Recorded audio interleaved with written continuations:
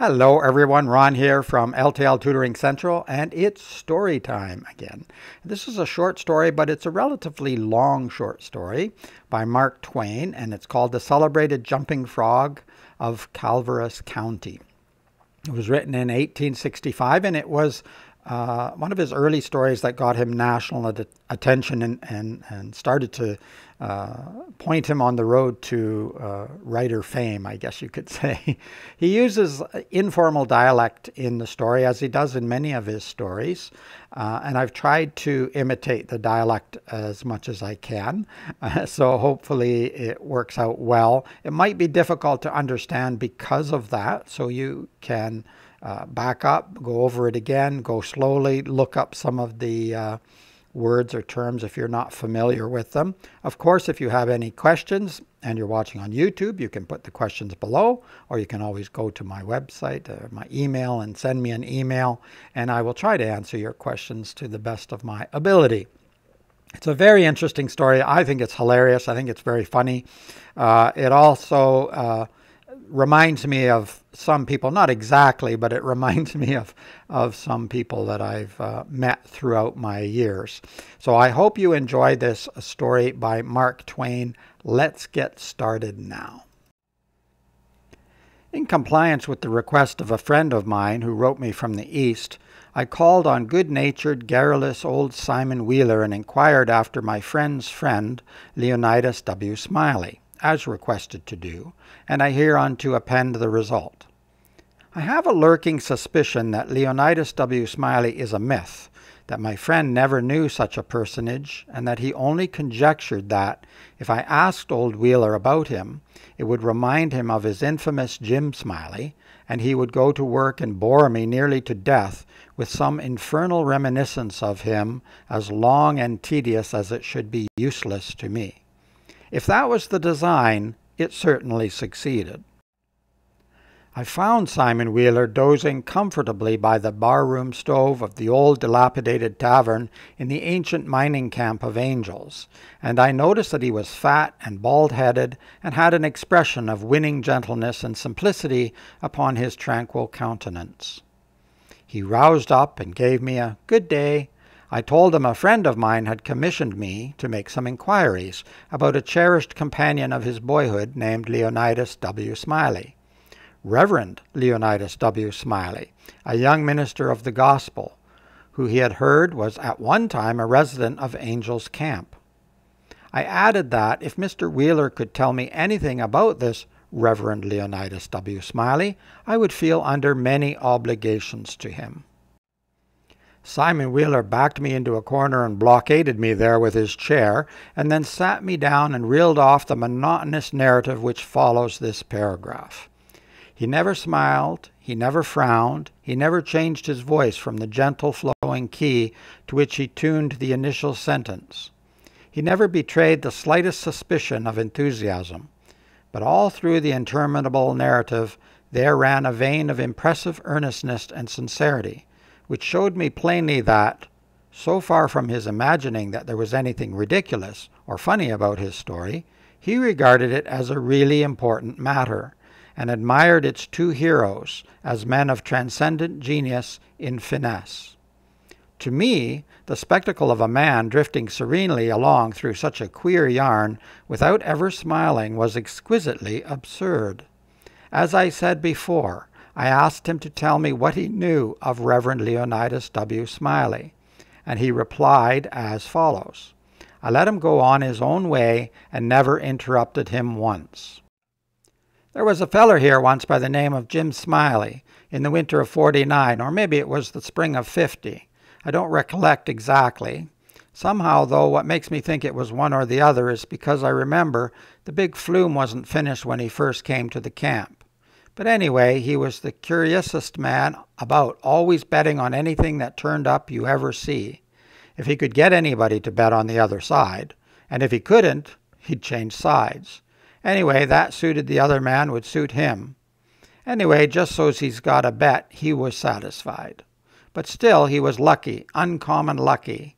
He most always come out winner. He was always ready and laying for a chance. There couldn't be no solitary thing mentioned but that feller'd offer to bet on it, and take any side you please, as I was just telling you. If there was a horse race, you'd find him flush, or you'd find him busted at the end of it. If there was a dog fight, he'd bet on it. If there was a cat fight, he'd bet on it. If there was a chicken fight, he'd bet on it.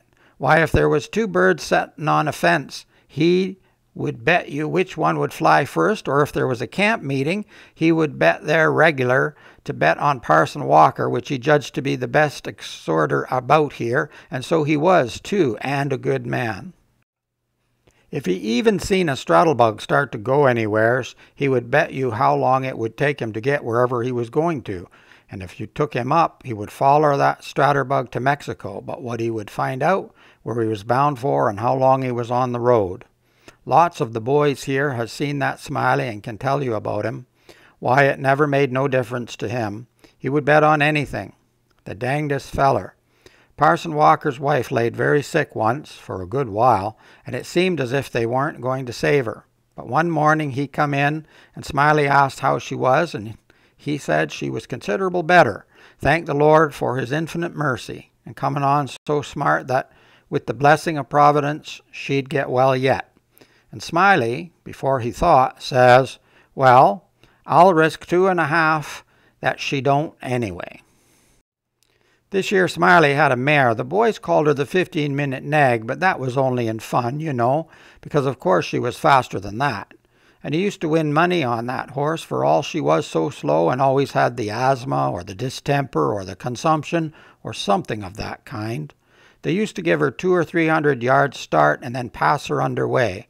But always at the fag end of the race she'd get excited and desperate-like, and some cavorting and straddling up and scattering her legs around limber, sometimes in the air and sometimes out to one side amongst the fences, and kicking up more dust and raising more racket, with her coughing and sneezing and blowing her nose, and always fetch up at the stand just about a neck ahead, as near as you could cipher it down. And he had a little small bull pup, that to look at him you'd think he weren't worth a cent, but to set around and look ordinary and lay for a chance to steal something. But as soon as money was up on him, he was a different dog. His underjaw'd begin to stick out like the forecastle of a steamboat, and his teeth would uncover and shine savage like the furnaces.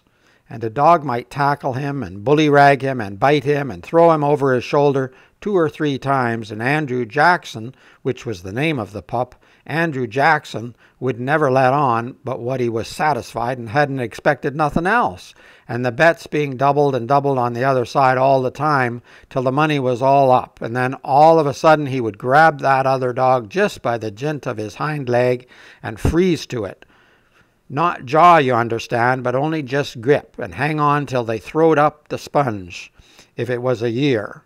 Smiley always come out winner on that pup, till he harnessed a dog once that didn't have no hind legs, because they'd been sawed off by a circular saw, and when the thing had gone along far enough, and the money was all up, and he come to make a snatch for his pet, Holt, he saw in a minute how he had been imposed upon, and how the other dog had him in the door, so to speak, and he peered surprised, and then he looked sorter discouraged like, and didn't try no more to win the fight. And so he got shucked out bad. He give Smiley a look, as much as to say his heart was broke, and it was his fault for putting up a dog that hadn't no hind legs for him to take hold of, which was his main dependence in a fight, and then he limped off a piece and laid down and died. It was a good pup, was that Andrew Jackson, and would have made a name for hisself if he'd lived, for the stuff was in him and he had genius, I know it, because he hadn't had no opportunities to speak of, and it don't stand to reason that a dog could make such a fight as he could under them circumstances, if he hadn't no talent. It always makes me feel sorry when I think of that last fight of his and the way it turned out.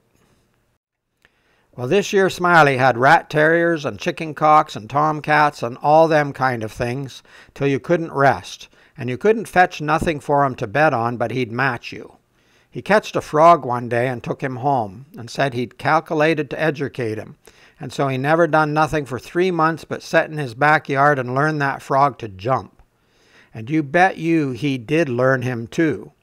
He'd give him a little punch behind, and the next minute you'd see that frog whirling in the air like a donut.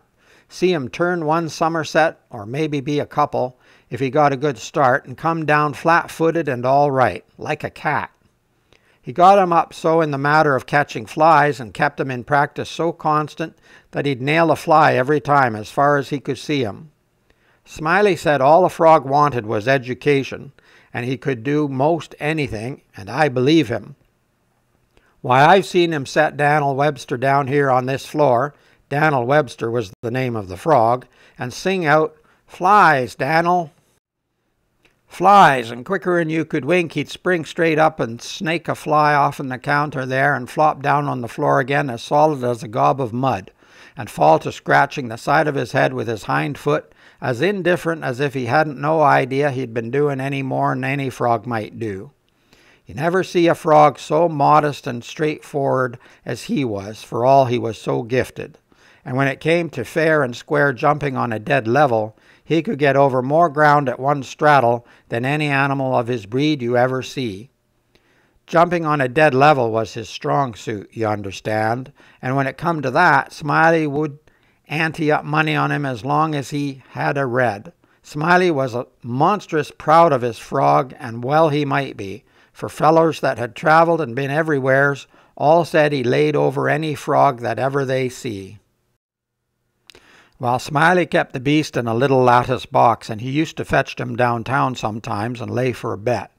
One day a feller, a stranger in the camp he was, come across him with his box and says, "What might it be that you've got in the box?" And Smiley says, sorter indifferent like, "It might be a parrot, or it might be a canary, maybe, but it ain't. It's only just a frog." And the feller took it and looked at it careful and turned it round this way and that and says, "So 'tis. Well, what's he good for?" "Well," Smiley says, easy and careless, "he's good enough for one thing, I should judge. He can outjump ary frog in Calaveras County."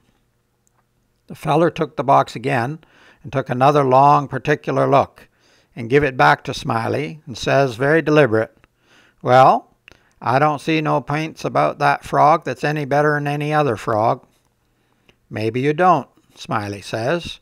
"Maybe you understand frogs, and maybe you don't understand 'em. Maybe you've had experience, and maybe you ain't only amateur, as it were. Anyways, I've got my opinion, and I'll risk $40 that he can outjump any frog in Calaveras County." And the feller studied a minute and then says, kinder sad like, "Well, I'm only a stranger here and I ain't got no frog, but if I had a frog, I'd bet you." And then Smiley says, that's all right. If you'll hold my box a minute, I'll go and get you a frog." And so the feller took the box and put up his $40 along with Smiley's and sat down to wait. So he sat there a good while thinking and thinking to hisself, and then he got the frog out and prized his mouth open and took a teaspoon and filled him full of quail shot, filled him pretty near up to his chin, and set him on the floor. Smiley, he went to the swamp and slopped around in the mud for a long time, and finally he catched a frog and fetched him in and give him to this feller and says, "Now, if you're ready, set him alongside of Dan'l and with his forepaws just even with Dan'l, and I'll give the word." Then he says, 1, 2, 3, jump! And him and the feller touched up the frogs from behind, and the new frog hopped off. But Dan'l give a heave and heisted up his shoulders so like a Frenchman, but it wa'n't no use. He couldn't budge. He was planted as solid as an anvil, and he couldn't no more stir than if he was anchored out. Smiley was a good deal surprised, and he was disgusted too, but he didn't have no idea what the matter was, of course. The feller took the money and started away, and when he was going out at the door, he sorter jerked his thumb over his shoulders, this way, at Dan'l, and says again, very deliberate, "Well, I don't see no points about that frog that's any better'n any other frog." Smiley, he stood scratching his head and looking down at Dan'l a long time, and at last he says, "I do wonder what in the nation that frog throwed off for. I wonder if there ain't something the matter with him. He 'pears to look might baggy somehow. and he catched Dan'l up by the nape of the neck and lifted him up and says, "Why, blame my cats if he don't weigh 5 pound," and turned him upside down, and he belched out a double handful of shot. And then he see how it was, and he was the maddest man. He set the frog down and took out after that feller, but he never catched him. And here Simon Wheeler heard his name called from the front yard and got up to see what was wanted. And turning to me as he moved away, he said, "Just set where you are, stranger, and rest easy. I ain't going to be gone a second." But by your leave, I did not think that a continuation of the history of the enterprising vagabond Jim Smiley would be likely to afford me much information concerning the Reverend Leonidas W. Smiley, and so I started away. At the door I met the sociable Wheeler returning, and he buttonholed me and recommenced. "Well, this year Smiley had a yaller one-eyed cow that didn't have no tail, only just a short stump like a banana, and—" "Oh, hang Smiley and his afflicted cow," I muttered good-naturedly, and bidding the old gentleman good day, I departed.